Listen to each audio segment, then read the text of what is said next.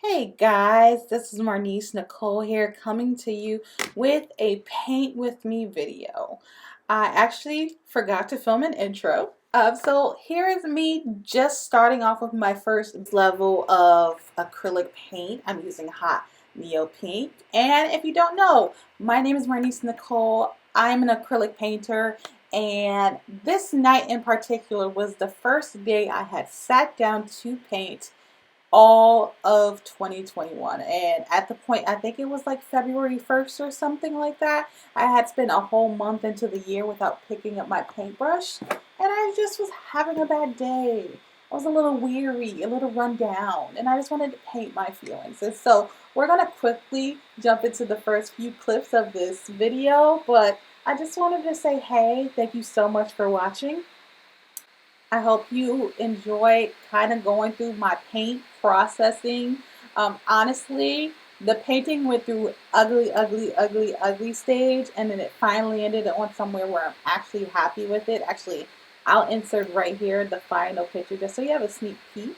But yeah, I talked about my feelings. I talked about why I changed certain things, including the background, why I switched proportions, and how I struggled with getting an accurate idea out. And we talk about all of that throughout the rest of this. So yeah, let's jump right on in. Thanks so much for watching, and I'll be right back.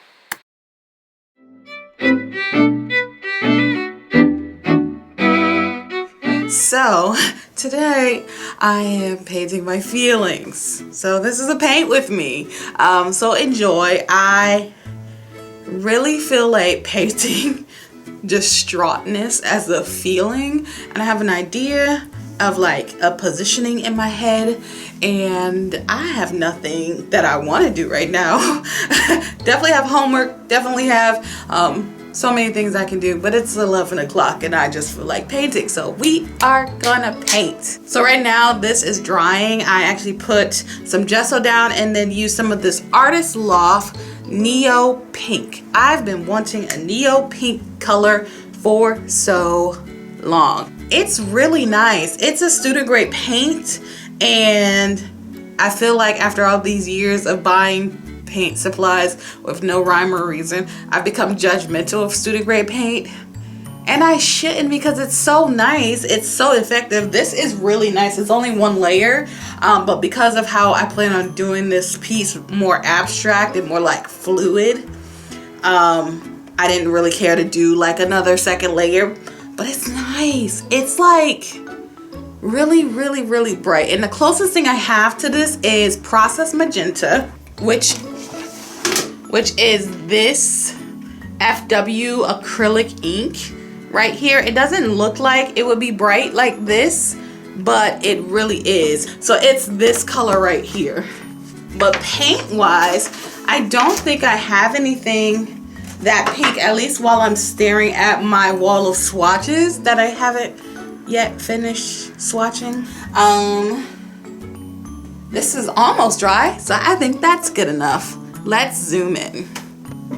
So generally speaking, I like to outline in purples. Usually I use dioxide purple because this is nice and dark and very like cool tones, so I really like using this a lot. But today, because we are doing a warm tone, I think I'm gonna do either this Muted Violet by Liquitex or my Charvin Arts, and this is Permanent Red Violet. I'm leaning towards this, but it's slightly, just a hint of a little transparent. I don't know. I'm gonna use this, I think, because it has that underlining red tone. You can't see it now, but just believe me. So we're gonna go ahead and let's outline.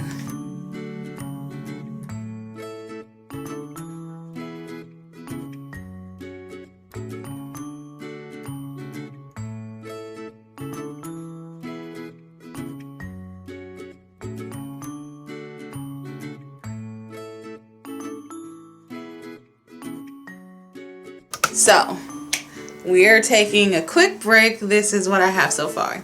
I really am digging the color story, because you would think if you're trying to convey sadness, you would lean into the blues, you would lean into a more kind of cool toned situation. But one, I'm trying to convey defeatedness, disengagement, dreary weariness, a dependency on wine to get through your day. Those are the vibes I'm going for. Second, past that, is that I feel like color can invoke strong emotions, even if it's not playing into the cool tones. You can still have a very warm scene be utterly destroying. And I'm not going for complete utter destroying, but like, she's had a long day. I've had a long day. I've had a long month. And as I'm painting, I'm feeling better. So that's great. That's definitely good. So we're gonna get back to it. I'm really liking this kind of wet on wet. It's kind of lifting colors in places. It's helping the piece to kind of develop, especially already. I can already tell. So anyway, we're gonna keep going, and let's watch.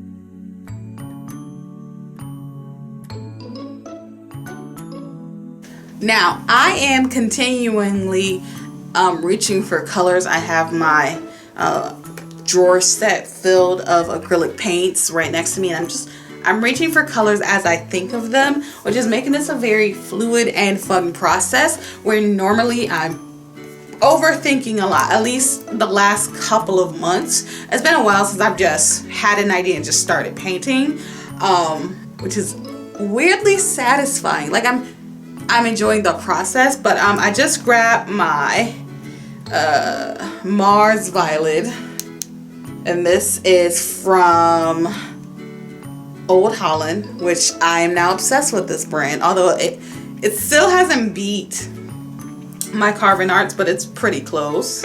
I also grabbed Mars Yellow. This is going to be my skin tone, as well as some Parchment, which is basically like an unbleached titanium from Liquitex that I have. So I'll be using these colors right now.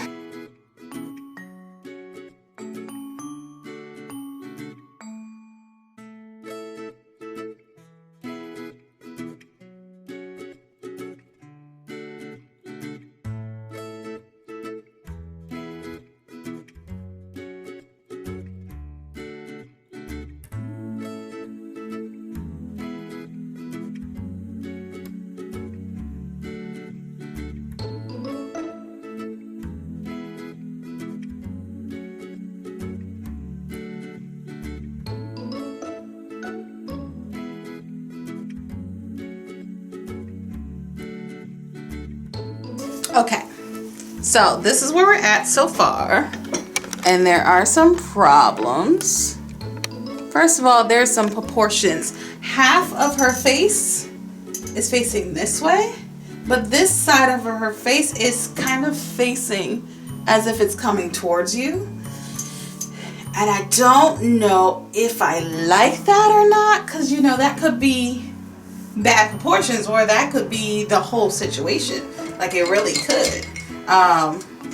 We shall see. I really like the wine glass, but I feel like her nails need a fun pop of color.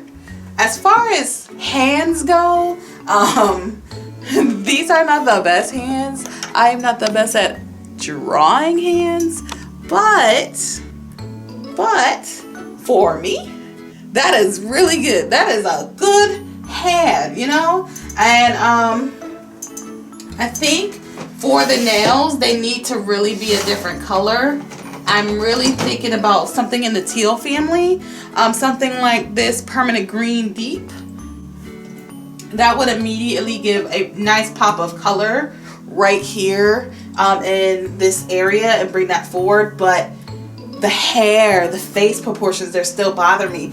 I like the fact that she's this way, like kind of off center, but the rest of the face is not following that proportion, because then it would kind of be like the head should be like this. Honestly, that's what it should be, and I don't really know how to fix that to get it so that the face is kind of like more circular and more here. I think this would need to be this is what's fucking it up. This section right here, I think that's fucking it up. I think this little square of this background, because her hair is now more than it should be. I think that if this is just hair and it just ends here, indicating that her face ends here, and then putting the ponytail more in. And just so you know, right now I'm just mixing colors and grabbing as I go. I'm not cleaning my brush. I'm barely adding water. I'm just going for it. So we're gonna fix the proportions. So this will be diagonal. It feels like the ponytail should start lower. I think that fixes it a little bit. So bringing the ponytail here, which means the hair thing would start here. And aha, we fixed it. See that? Okay, so it's not just me. It's not just me. So really we need more of this to cover that nonsense. Which, have I said how much I love this color? Have I said that yet? If I haven't, here's that. And so we're gonna take this.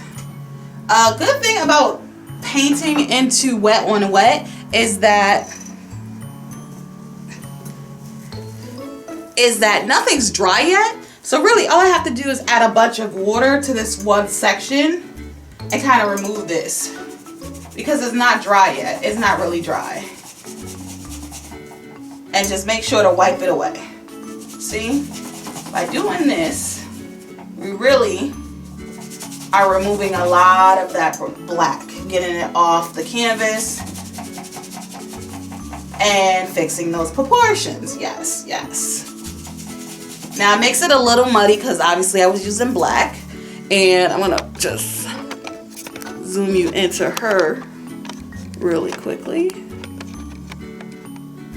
That's what we're working with right here. We're just wiping this area to fix those proportions. And it makes it a little muddy again, but you can wipe literally that excess paint away and fix what you broke. Fix what you broke. No painting mistakes here. And so I'm gonna paint the background. First, I'm gonna put a darker color. I'm gonna put some red in this hot pink as the first layer, because the red is a stronger pigment than the pink, and just give that a little darkness over here. Now I'm going to come back on top of that when it dries with the highlighting pink, that neon pink, because that's going to give it some extra depth with this pink on top of it. That red will peek through still. And give it a little bit of texture.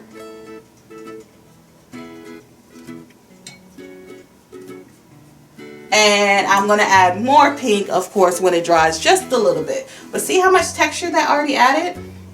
And see how this proportion immediately kind of fixed the face? Because now this is a little lower, coming out the side of her head. And having this ponytail more coming like right here it gives it a bit better proportions. They're still not perfect. They're not perfect, but they're good enough for now. It's still a little forward. Like it's a little forward and it should be a little bit back. You know what I mean? It should be more like right here. And this should be maybe cut off here. Like it's coming so far forward. And it makes her face look like it's not correct. I don't know. We're gonna work on that. We'll be back.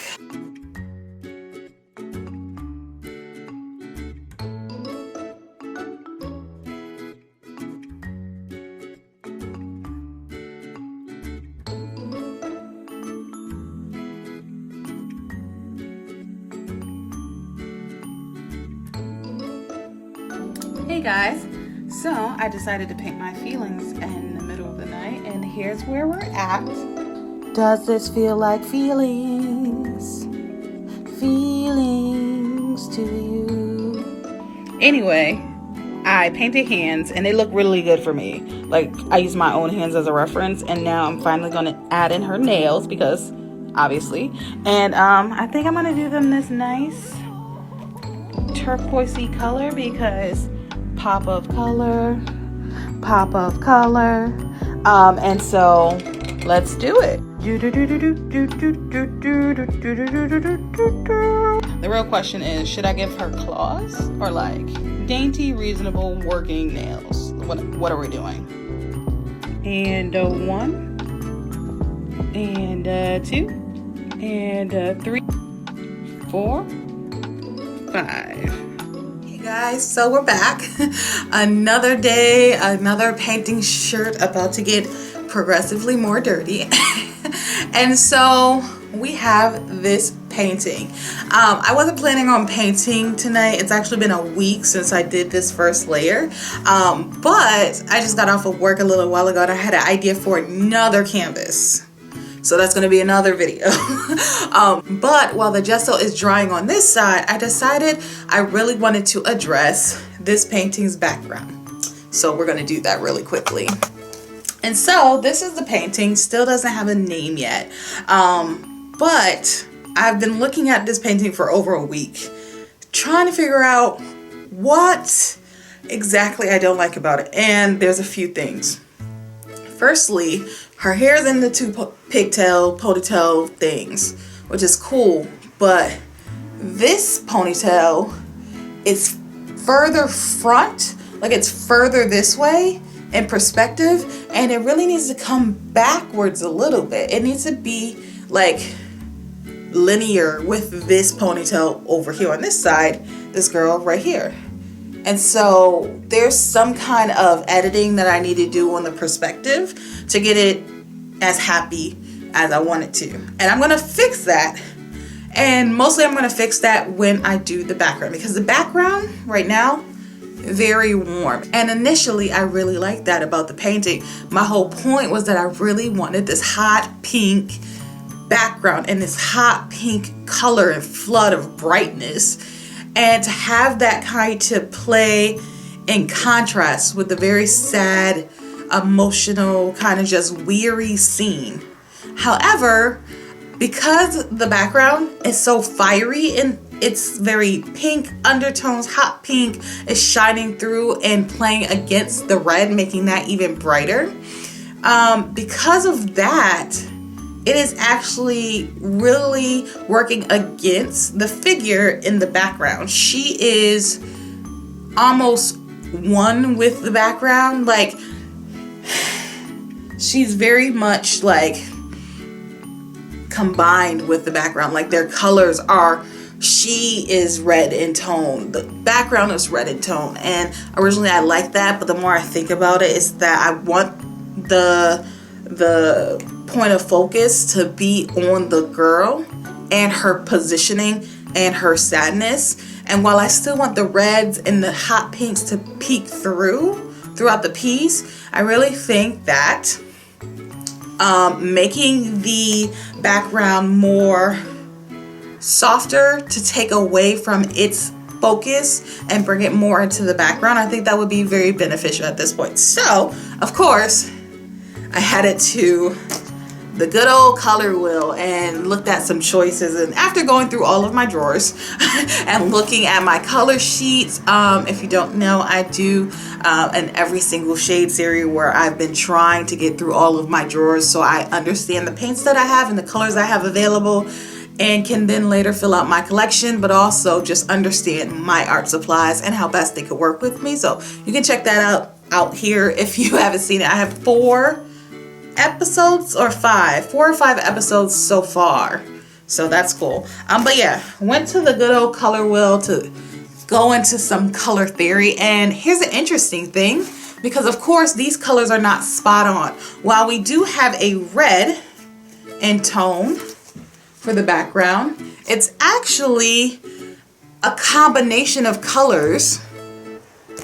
You have a very red tone which has pinks in it, but it's such a hot pink that you're also getting vibes of red violet, which is this color here, orange, just kind of the sea of colors. So that's where we're starting. I could go directly with a green here, which is opposite of red. It's complementary color, beam bam boom.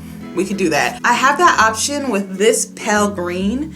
I don't know if you can see that color quite well. It's very pale, almost a warm green, kind of mossy light green.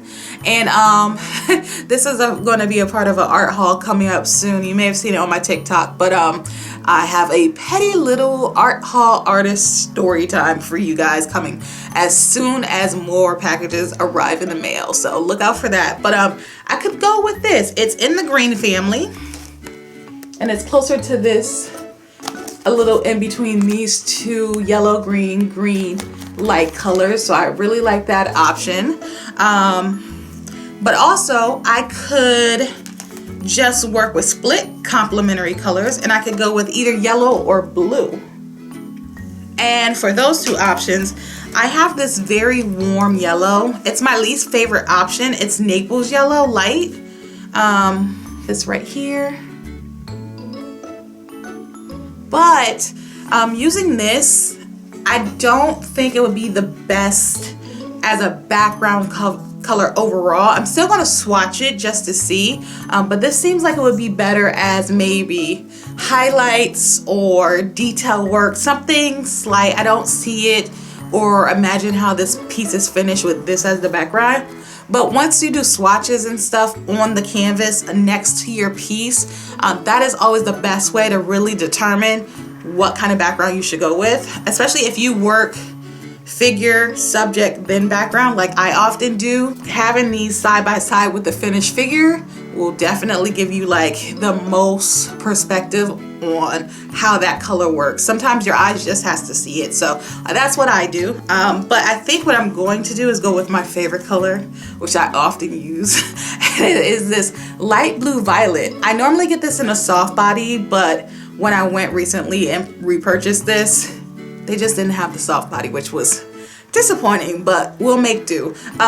This is showing up more blue than it is in person. This is very much a pale blue, and I often use it to paint jeans or to paint backgrounds. It is a subtle color. It is a blue leaning violet, so it's kind of like almost blue gray, but still with enough pigment to be very blue. Does that make sense? You'll see it when we swatch it. And then once I do that and make those choices and get this paint up and this background up, this is gonna sit for another day. So actually this is shaping up to be quite a long paint with me video, but let's move in closer and get to swatching.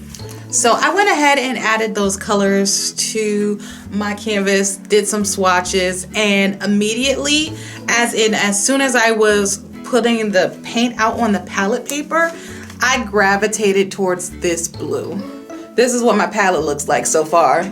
Yay.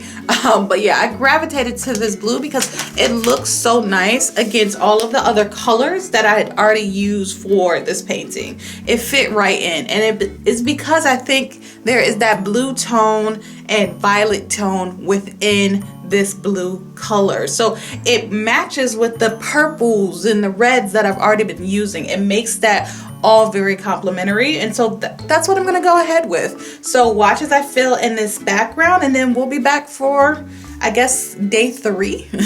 All right, bye.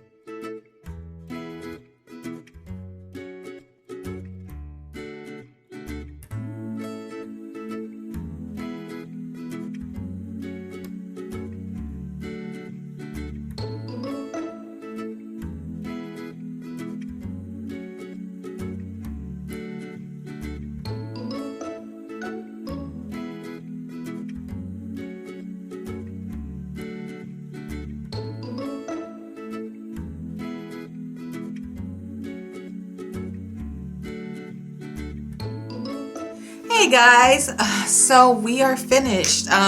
We are finished painting the things and a few other things, if you kind of see that behind me, but we'll save that for another video. But this baby is done. Now I still have to edge this piece. I didn't finish the siding yet, and I'm wondering if I should do black to kind of, I like using black to edge my paintings just because it kind of makes it sink and focus on the actual picture, especially if you just edge a little, not even a centimeter around the canvas. It kind of frames the piece very well.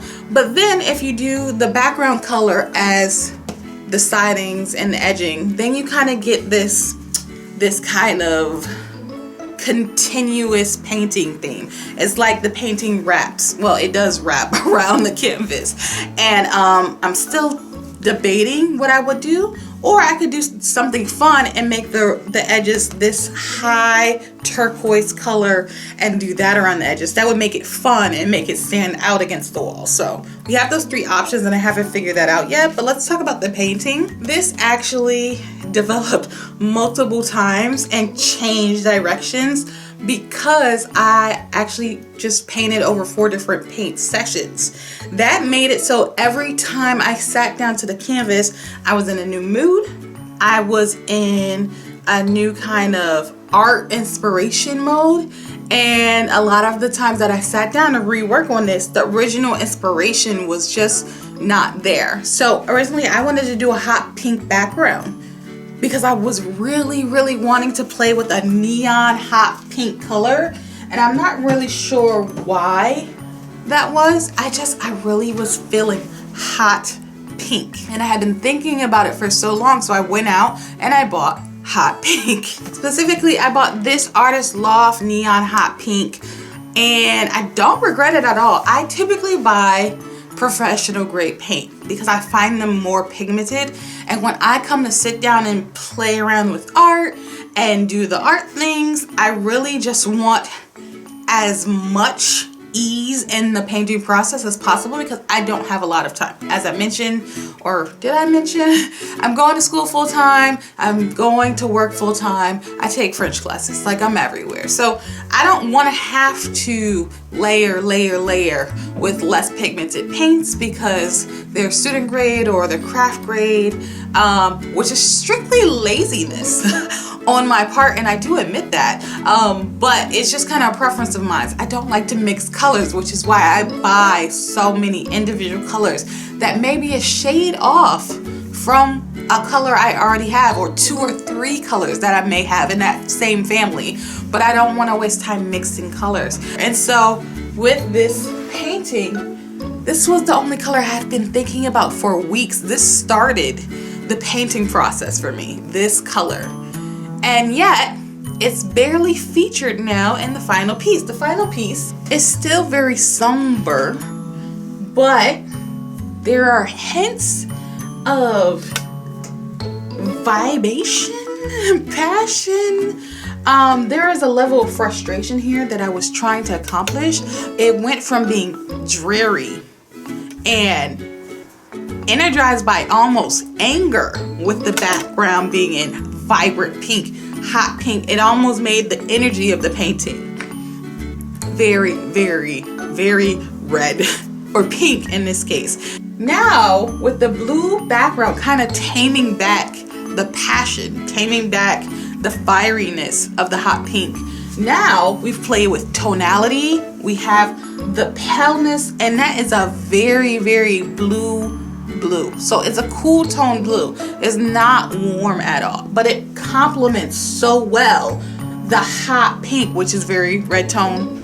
It is very neon, and it is very sharp. It was such a sharp background originally, and so I can't get off of this path of the difference. The two paintings, I'll insert the original first layer and second layer. I worked on it for a while of this painting, but this is what it looked like at that stage.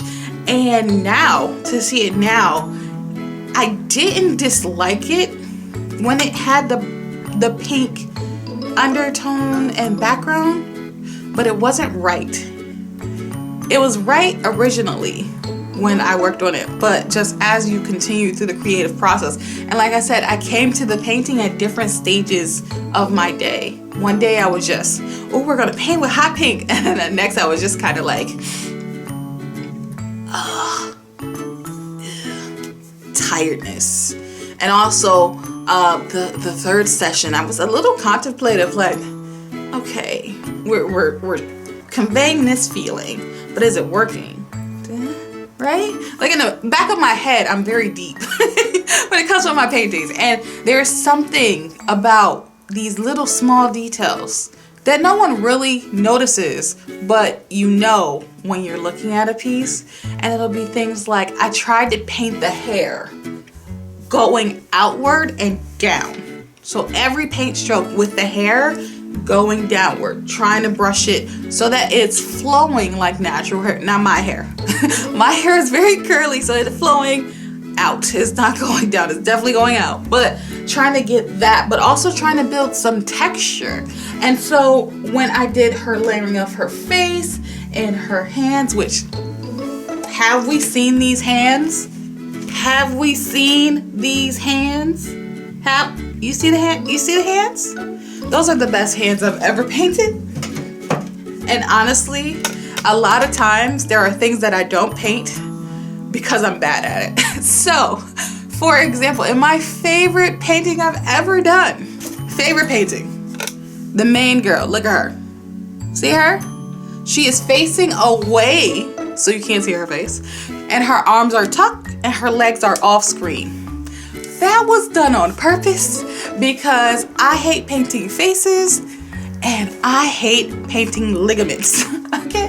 Fingers, ew, I never learned how to draw properly. And it's like, well, you paint, you must know how to draw. That is not true.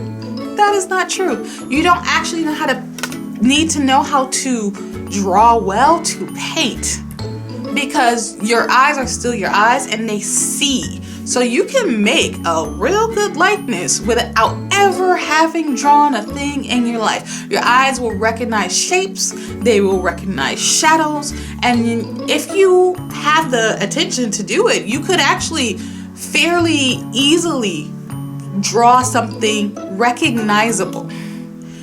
It's what I do a lot because proportionally, realistically, it's good that I don't paint realistic paintings, because honestly, I'm